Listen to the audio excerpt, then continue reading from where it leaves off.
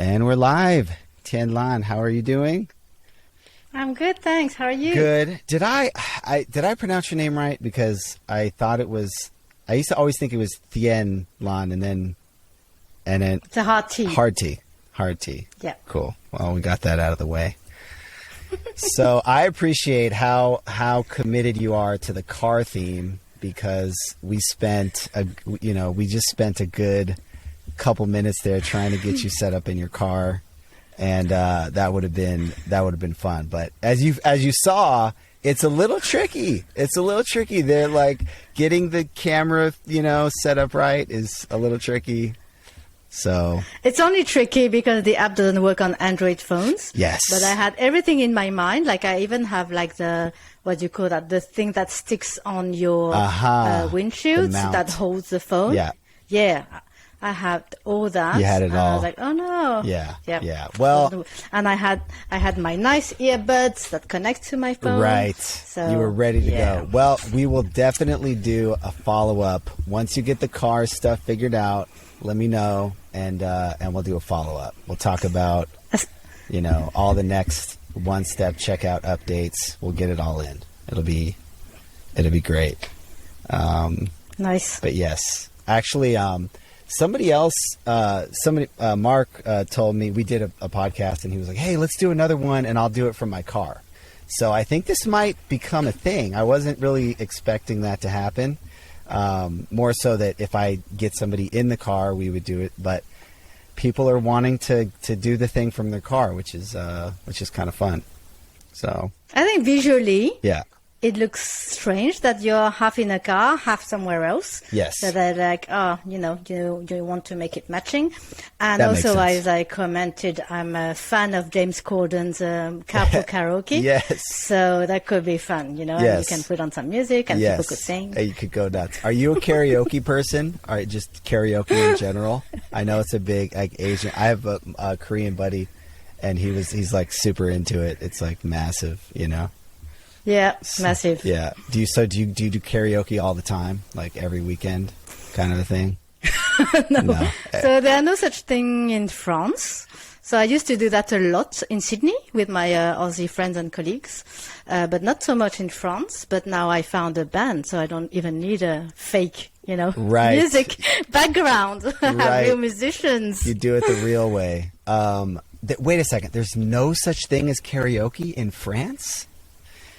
In the entire... You can find some in Paris where there are lots of Asian people. Uh-huh.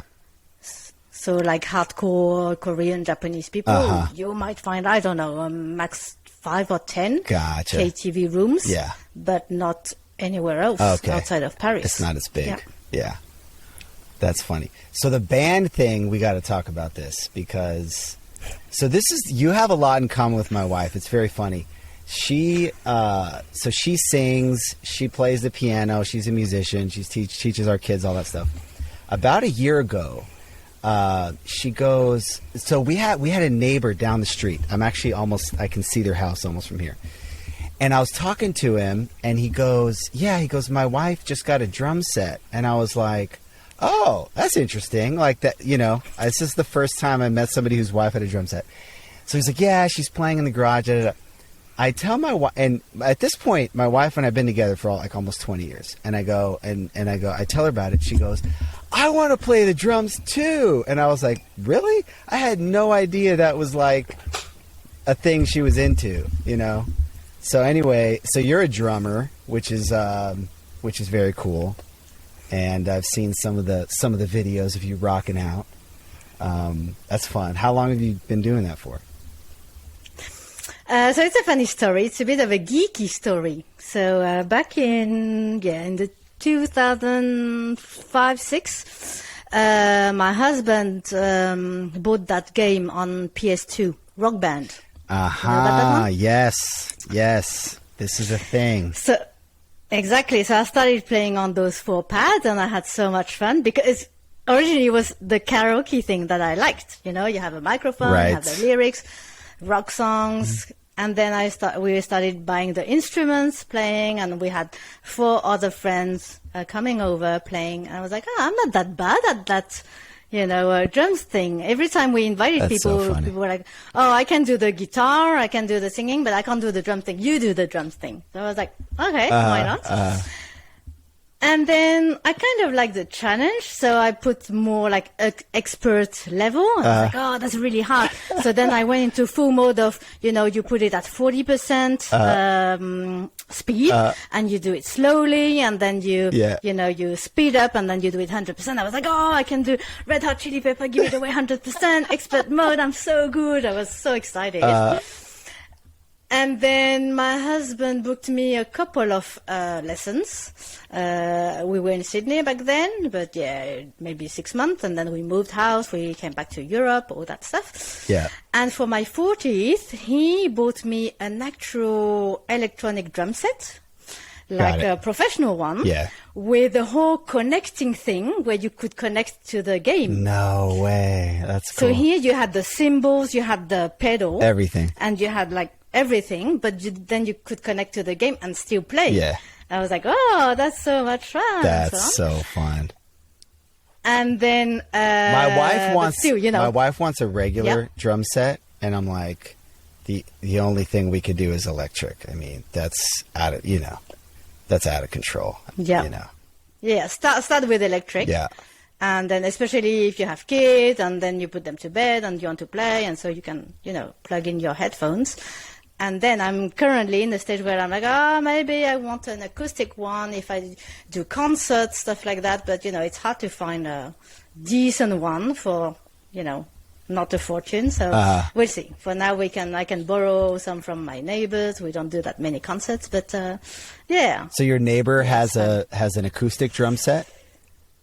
Yeah, so actually, so the story is, I used to play with a video game, and then I came back to France, and I enrolled my kids into the local music school. Mm-hmm. So I went to the parents-teachers meeting, and at the end of the meeting, they said, "Oh, now we have bands. We put our students into actual bands, so they understand what it is to play together."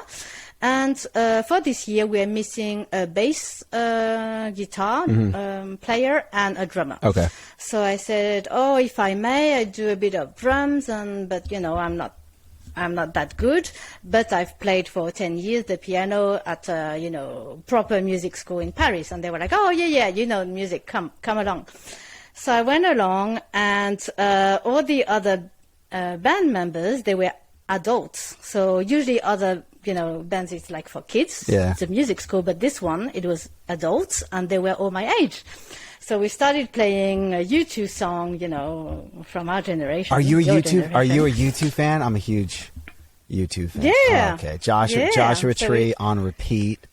That's so cool. So this one, we started playing few chords, and I started playing along, and it took off, and we were like, "Wow, that's amazing."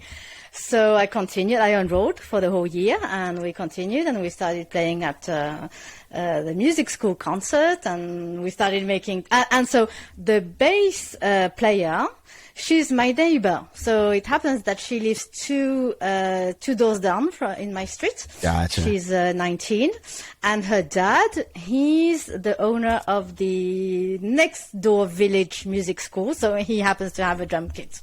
Yeah. Small villagers. So you have some cool neighbors too. That's pretty cool. Yeah. That's so cool. So yeah. And then so it started as part of your kids' school, and then now are you in a band that like plays at bars and stuff like that, or is it like the videos I've seen of you, are those school things or? So if you see us on stage with proper lighting and stuff, it's a school's concert. Okay.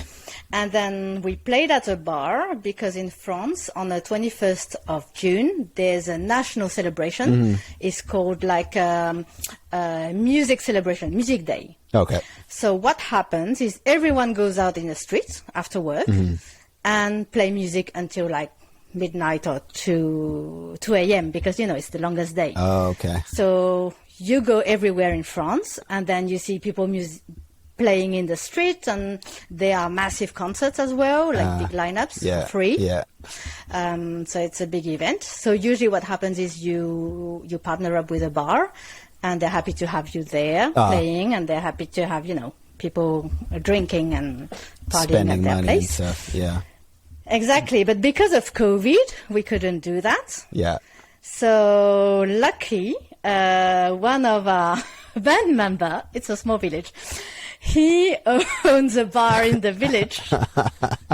So we said, can we play at your bar? And he said, but the police, like the sheriff, he said we are not allowed because of COVID. And then 3 days before that day, there were new laws saying, you can in tiny bars. So we started setting up and we did it. That's cool. So you love it? Is it just like, I don't imagine, like, is that where you just go nuts? You just get into it and it's like a totally, So I went nuts. And then like halfway through, like 8 p.m., the police came over and they said some neighbors complained, especially the drums. So you have to turn it down. I was like, I can't play if I don't play loud. Yeah. Yeah, and then you're like, these stupid neighbors, if only we could play to our heart's content. That's cool. Exactly. That's so funny. I love it. Yeah, no, my wife is gonna, I don't know, I probably shouldn't send this to her because she's gonna be like, I have to, I have to do it. And so next year or in 6 months' time, she's going to want to go to south of France. You know why? Why is that? Because have you watched Emily in Paris, the Netflix series? I don't think so. No, I don't think so. She should watch it before she comes to Paris. Okay. Although everything there is not Paris at all, and she shouldn't dress like the girl in Emily in Paris. Okay. But the next season, it happens where I live, on the French Riviera. Oh, wow. Okay. So when she watches that, she'll be like, that's the next place where I want to go. Oh, that's sweet. That's cool. And then she'll come to my house and we'll talk drums and we'll play drums and it will be fun. Oh, man, I love it. I love it. Yeah, she is leaving on Saturday and she'll be there for a week. So with my oldest daughter, it's kind of like a homeschooling field trip. They love France, they love French. They've been learning French and stuff like that. So they love museums and, all that kind of stuff. So they're going to have a blast out there. And I don't know. I think you guys are talking on Instagram, right? Maybe you guys will connect. So if I can help with the itinerary, where to stay, where to eat, what to eat, stuff like that, I'd be happy to. How to travel, how to take the tube, how to pay. Oh, how to pay. How to pay. Very important. Okay. So, Revolut. I think Revolut is probably your main option. Oh, is that the best way to do it? I've heard of Revolut. Yeah. Okay. Because you pay less currency exchange fees. Oh, okay. Not many places accept Bitcoins, especially not physical places. Come on. No Bitcoin. Are you a Bitcoin fan? Let's talk about Bitcoin. Oh, I've got a terrible experience with Bitcoin. Uh-oh. So it was 2013, I think. My husband said, I made an experiment. I bought like $5,000 worth of Bitcoins.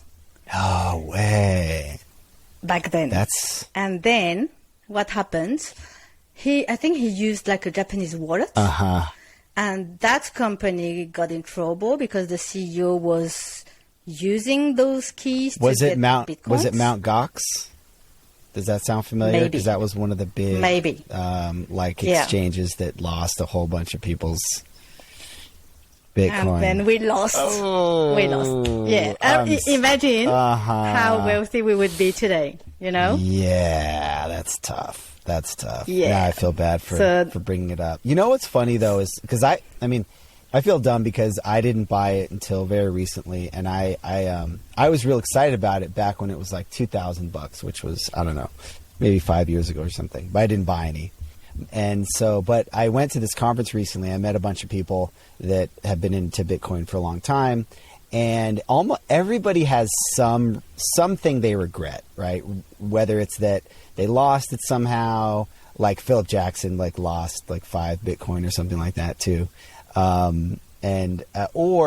they had it and then they sold it, right? Because let's say you bought it for, a few $100s, and then it goes up 2x or 3x, and you're like, oh my gosh, and then you sell it, and then so everybody, no matter, it's still good enough. Yeah, it's still good enough. Yeah, it's a nice. Otherwise, it starts to be like gambling. Oh, I could have one more. Yeah, yeah, exactly. It's and a lot of people really are kind of approach it from a gambling mindset.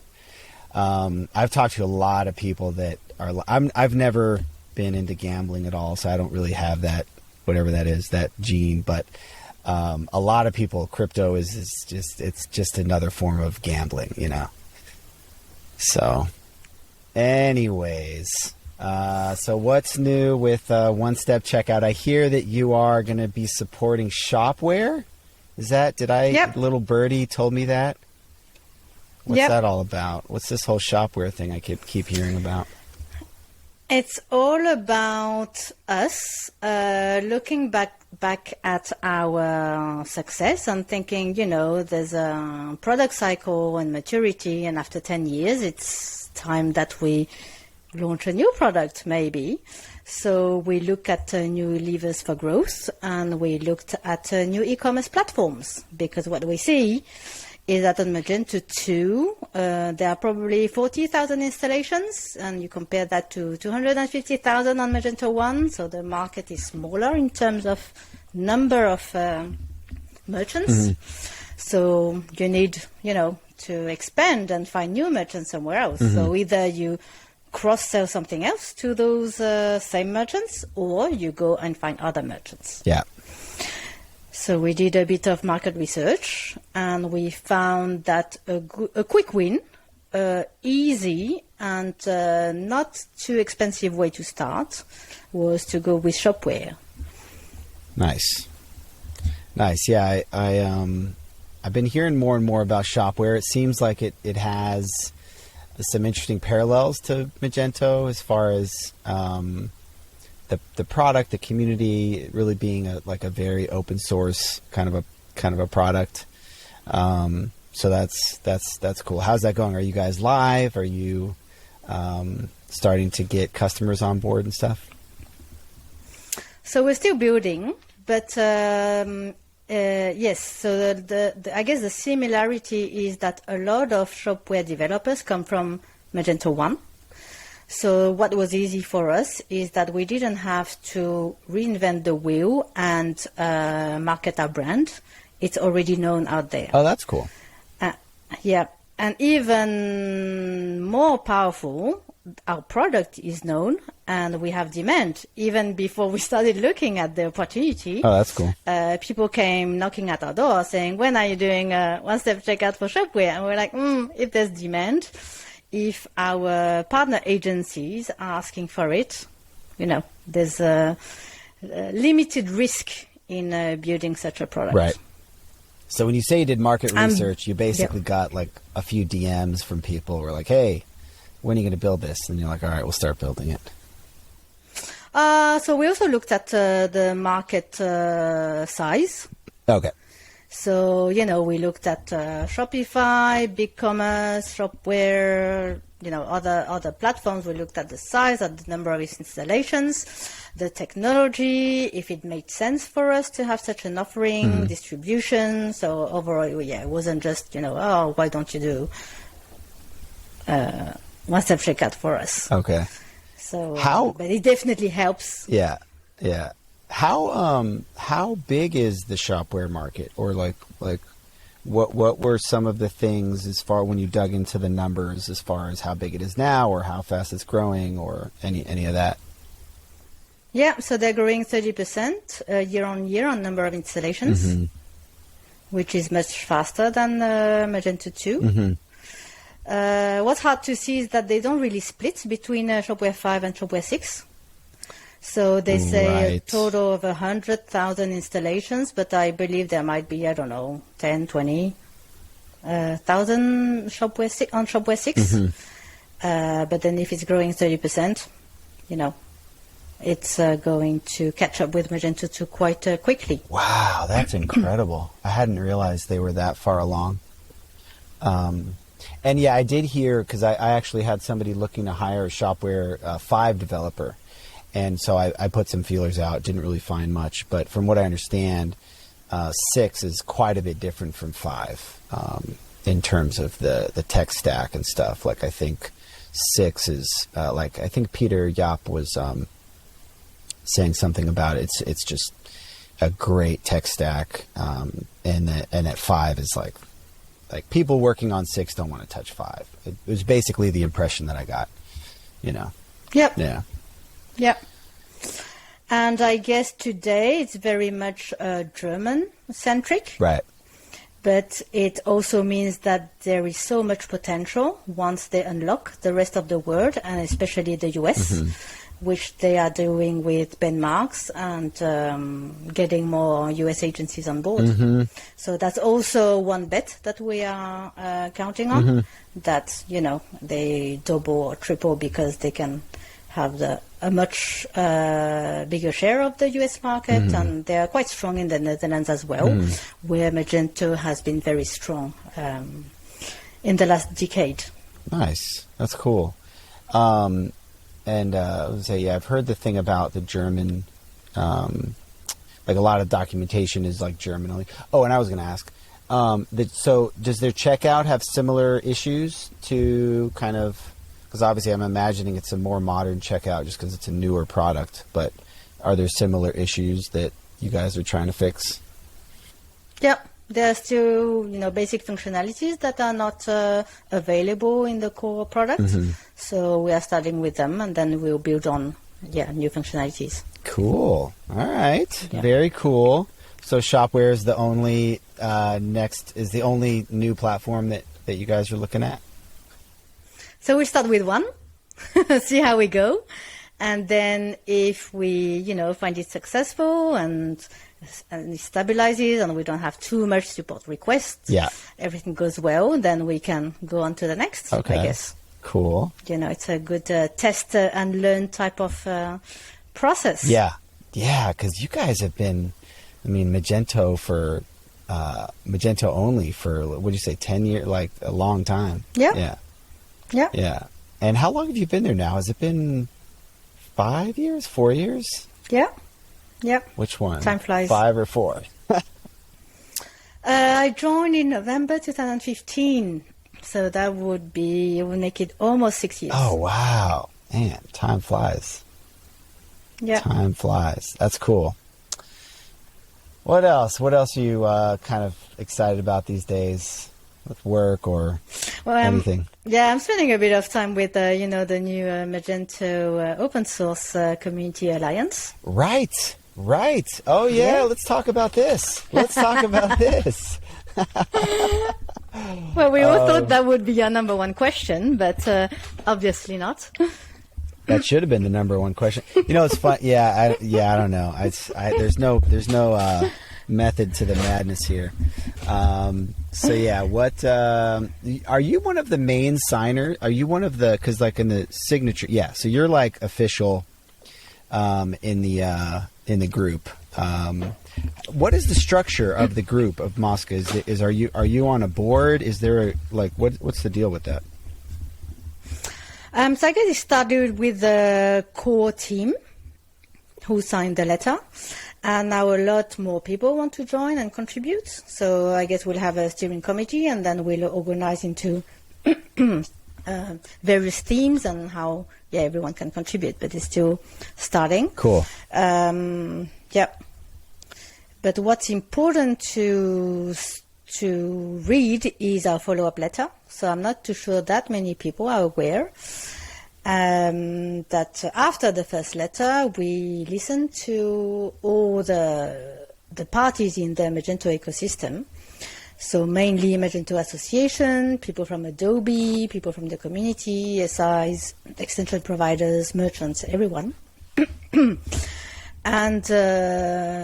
And we came up with a follow-up letter that really clarifies that we are here to collaborate and we have, aligned vision and mission, Where we don't align is the pace of execution. We want it to go a bit faster, and it feels like reactions have been picking up within days. We had communications, we had people reaching out, so that all goes in the right direction, and we're very excited about that. Yeah. And also more naming conventions, or how we call things. It might not be a product fork, but more like how we distribute things. So not saying, oh, we are building something else and in parallel, and you'll have to choose between core and this one. Is not as drastic nor as simple as that. Yeah, no, I know. I noticed that they're moving forward with the Mage OS distribution, and I think that makes sense. I mean, when you talk about the pace, I mean, I think at the end of the day, like, it's kind of a negotiation thing in the sense that, like, if you are willing to walk away from the table, if you're not, if you're not willing to walk away, like, if you're not willing to do your own thing, then you're kind of just at the end of the day just waiting for permission. So I think that makes sense. I mean, and I don't know. It's weird. Like, you and I obviously both know everybody on the association. They're friends of ours, and we don't want to. I feel bad criticizing, them, right? And it's hard to avoid a criticism of what the association is doing, I guess, on some level. Do you struggle with that a little bit, like? So I think what really helped was that a week after the letter, there was that Magento Poland event where they can meet face-to-face. That's really important. You can't do that through calls and stuff. You do that at a bar with beers. I think they spent a total of 10 hours talking to members of the Magento Association who made the effort to be there, in the first place. So everyone is willing to collaborate, to discuss. And there were so much, we agree on that, we don't agree on that, so much clarification. I think that's just wonderful. And so that shows that everyone in the community is still there, alive, not just, falling asleep or dormant, willing to do something. And we just need to find ways to, channel all that energy to find the right thing to do and get the right resource. To do it quickly and, while still motivating them, not, waiting for processes to crush the whole energy. I'm not a huge fan of all the processes and groups and all this kind of stuff. And, part of this may be my own bias, but like, now they're doing the task force and I'm like, I don't know. Like, what's the point of this open source task force?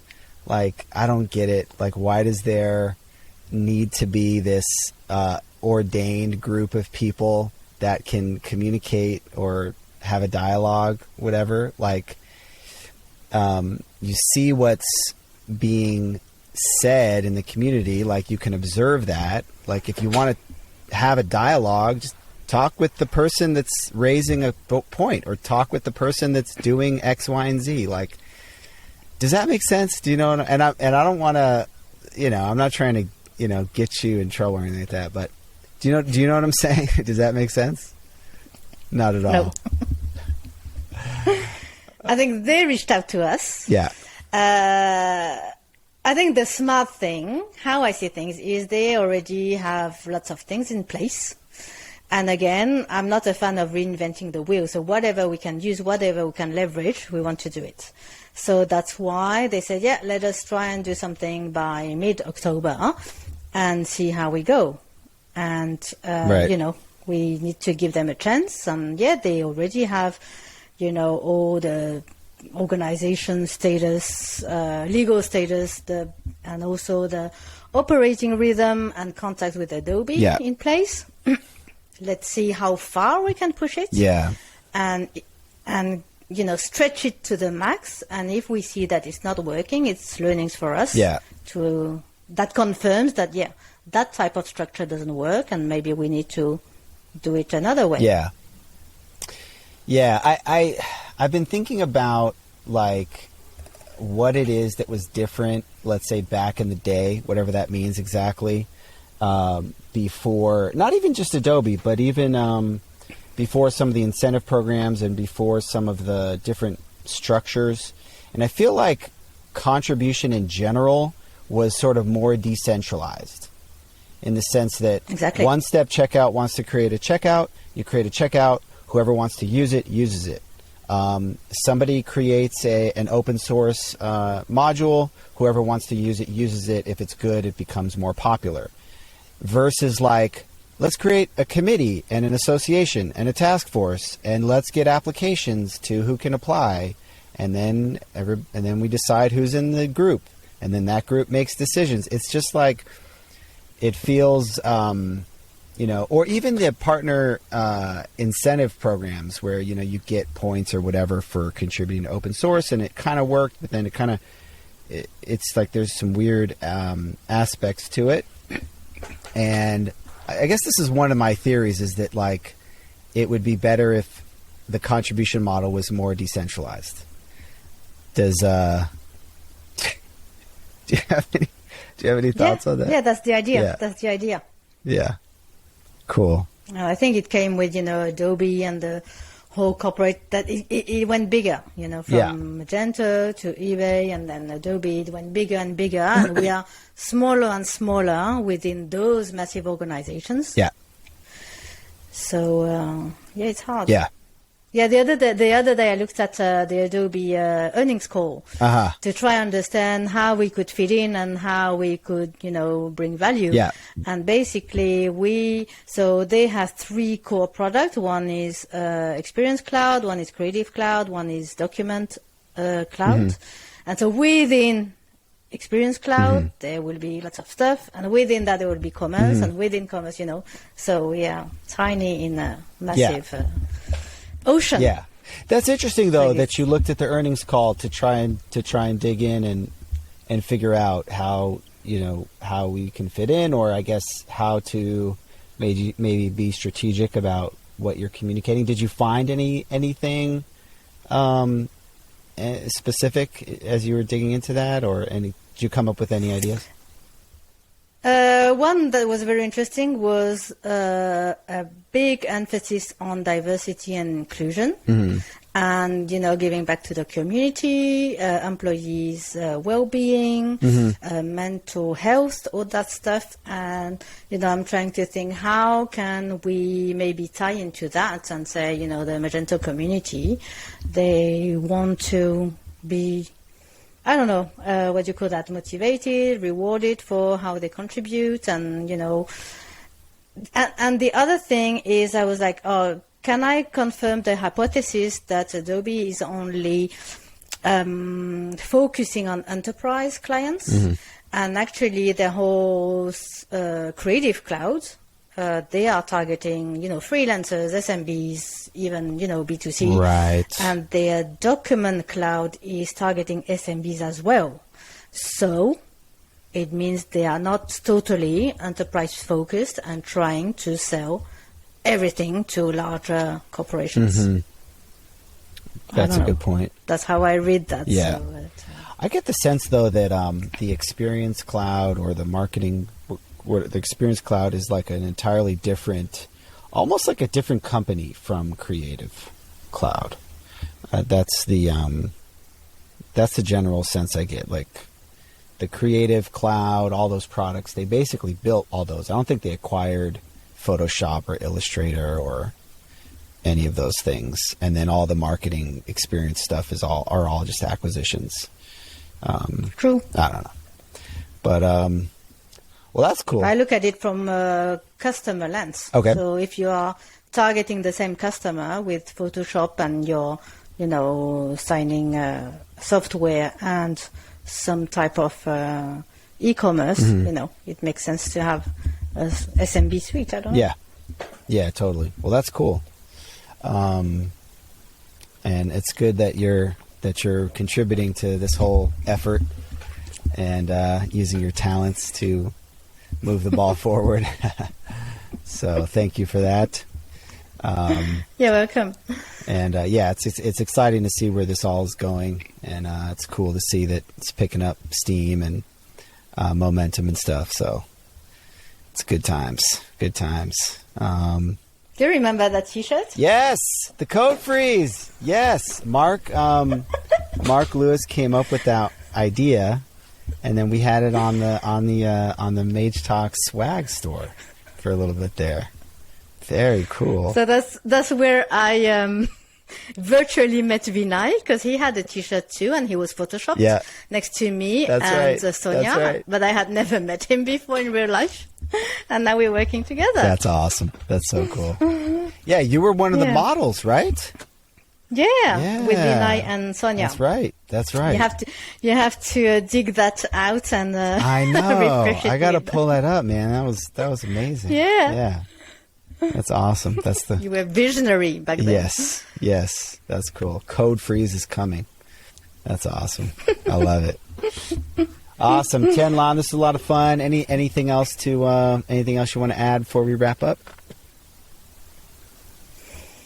No. Do you have show notes in your podcast where I can put some links and for people to enjoy my Rock Band videos? Yes, and add absolutely. a thumb up? Definitely. Cool. Yes, we will get those. Cool. We'll get those linked up. And I think my video died. I'm not sure. Yeah, it did. Yeah. Okay. The video All died. right. Code freeze happened. I think I you. know what happened. Oh well, you win some, you lose some. Well, thank you. At least your video didn't die. Your video looks great. You got the great shirt on. This is perfect. I'm already imagining the thumbnail. It's going to be fantastic. There we go. Awesome. Thank you so much, and we'll talk to you soon. Thank you. Bye.